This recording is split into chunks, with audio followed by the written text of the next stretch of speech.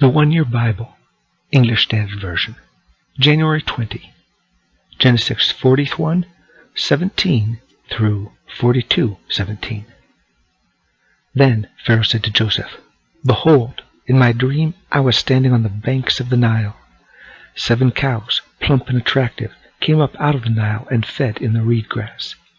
7 others came up after them, poor and very ugly and thin, such as I had never seen in all the land of Egypt. And the thin, ugly cows ate up the first 7 plump cows. But when they had eaten them, no one would have known that they had eaten them, for they were still as ugly as at the beginning. Then I awoke. I also saw in my dream 7 ears growing on one stalk, full and good. 7 ears withered, thin, and blighted by the east wind sprouted after them. And the thin ears swallowed up the 7 good ears. And I told it to the magicians, but there was no one who could explain it to me." Then Joseph said to Pharaoh, "The dreams of Pharaoh are one. God has revealed to Pharaoh what he is about to do. The 7 good cows are 7 years, and the 7 good ears are 7 years. The dreams are one. The 7 lean and ugly cows that came up after them are 7 years, and the 7 empty years blighted by the east wind are also 7 years of famine. It is as I told Pharaoh. God has shown to Pharaoh what he is about to do. There will come 7 years of great plenty throughout all the land of Egypt, but after them there will arise 7 years of famine, and all the plenty will be forgotten in the land of Egypt. The famine will consume the land, and the plenty will be unknown in the land by reason of the famine that will follow, for it will be very severe." And the doubling of Pharaoh's dream means that the thing is fixed by God, and God will shortly bring it about.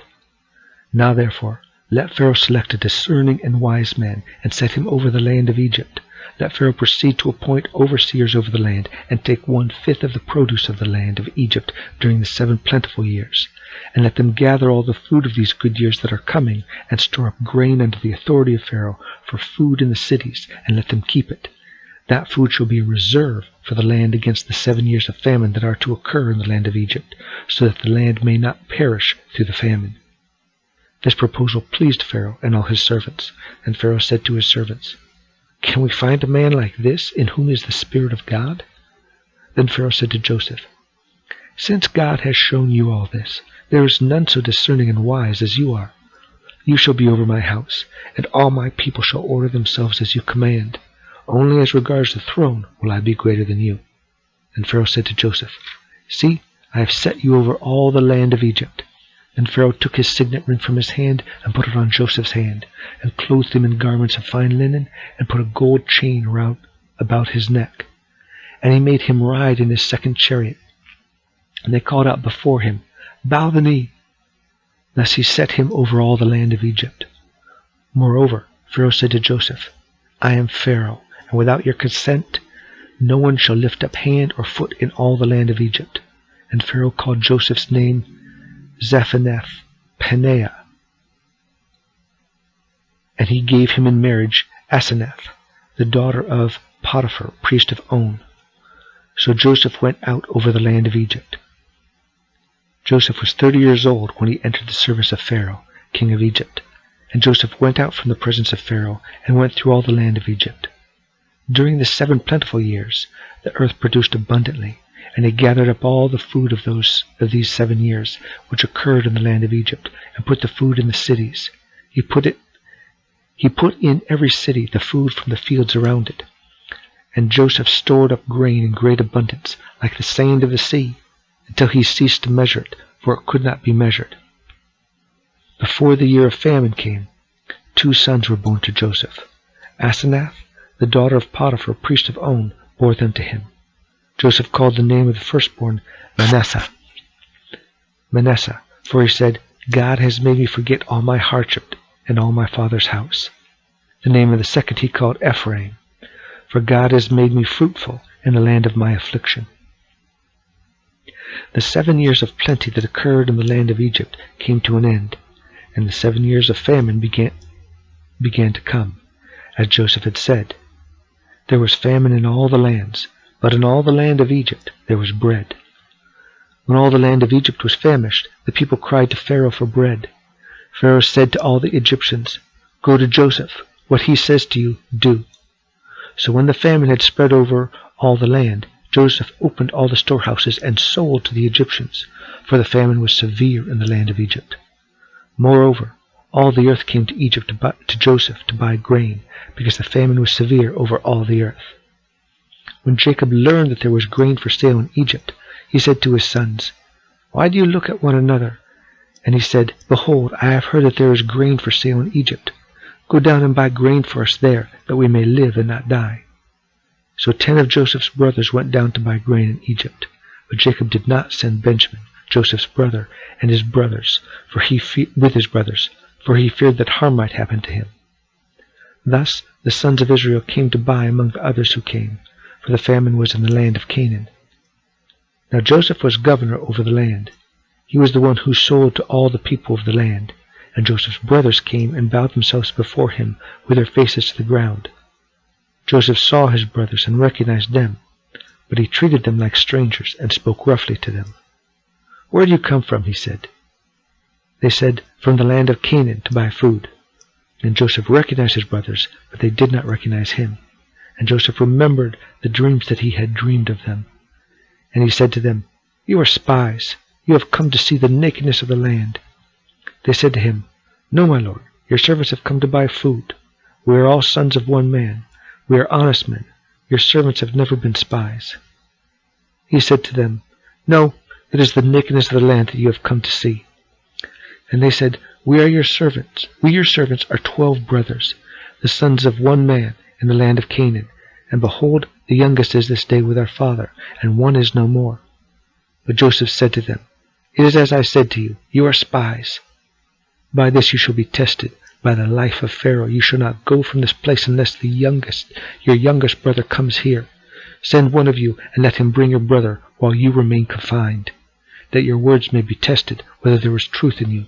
Or else by the life of Pharaoh, surely you are spies." And he put them all together in custody for 3 days. Matthew 13:24-46. He, Jesus, put another parable before them, saying, "The kingdom of heaven may be compared to a man who sowed good seed in his field.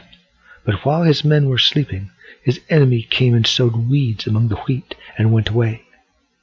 So when the plants came up and bore grain, then the weeds appeared also. And the servant of the master of the house came and said to him, 'Master, did you not sow good seed in your field? How then does it have weeds?' He said to them, 'An enemy has done this.' So the servant said to him, 'Then do you want us to go and gather them?' But he said, 'No, lest in gathering the weeds you root up the wheat along with them. Let both grow together until the harvest. And at harvest time I will tell the reapers, gather the weeds first, and bind them in bundles to be burned, but gather the wheat into my barn.' He put another parable before them, saying, 'The kingdom of heaven is like a grain of mustard seed that a man took and sowed in his field. It is the smallest of all seeds, but when it has grown, it is larger than all the garden plants, and becomes a tree, so that the birds of the air come and make nests in its branches.' He told them another parable. 'The kingdom of heaven is like leaven that a woman took and hid in 3 measures of flour till it was all leavened.' All these things Jesus said to the crowds in parables. Indeed, he said nothing to them without a parable. This was to fulfill what was spoken by the prophet. 'I will open my mouth in parables.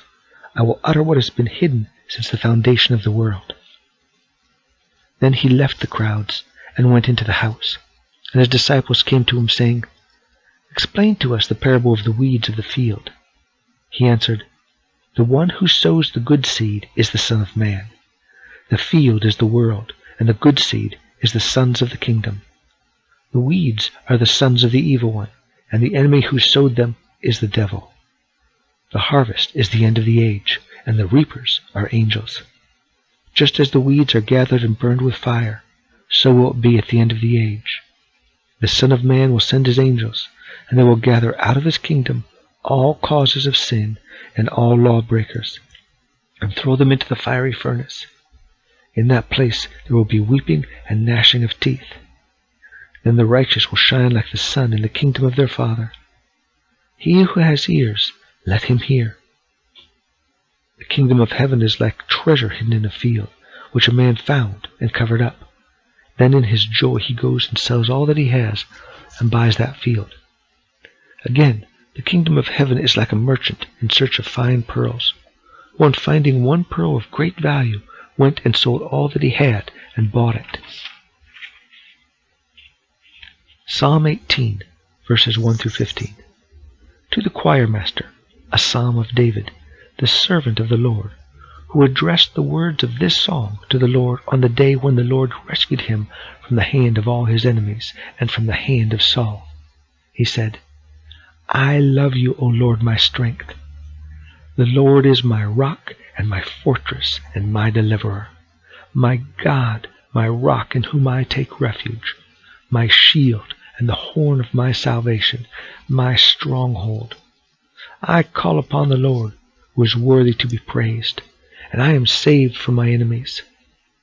The cords of death encompassed me, the torrents of destruction assailed me. The cords of Sheol entangled me, the snares of death confronted me. In my distress I called upon the Lord. To my God I cried for help. From his temple he heard my voice, and my cry to him reached his ears. Then the earth reeled and rocked, the foundations also of the mountains trembled and quaked because he was angry. Smoke went up from his nostrils, and devouring fire from his mouth. Glowing coals flamed forth from him. He bowed the heavens and came down. Thick darkness was under his feet. He rode on a cherub and flew. He came swiftly on the wings of the wind. He made darkness his covering, his canopy around him. Thick clouds, dark with water. Out of the brightness before him, hailstones and coals of fire broke through his clouds. The Lord also thundered in the heavens, and the Most High uttered his voice. Hailstones and coals of fire. And he sent out his arrows and scattered them. He flashed forth lightnings and routed them. Then the channels of the sea were seen, and the foundations of the world were laid bare. At your rebuke, O Lord, at the blast of the breath of your nostrils. Proverbs 4, verses 1 through 6. Hear, O sons, a father's instruction, and be attentive that you may gain insight. For I give you good precepts. Do not forsake my teaching. When I was a son with my father, tender, the only one in the sight of my mother, he taught me and said to me, let your heart hold fast my words. Keep my commandments and live. Gain wisdom. Get insight. Do not forget and do not turn away from the words of my mouth. Do not forsake her, and she will keep you. Love her, and she will guard you.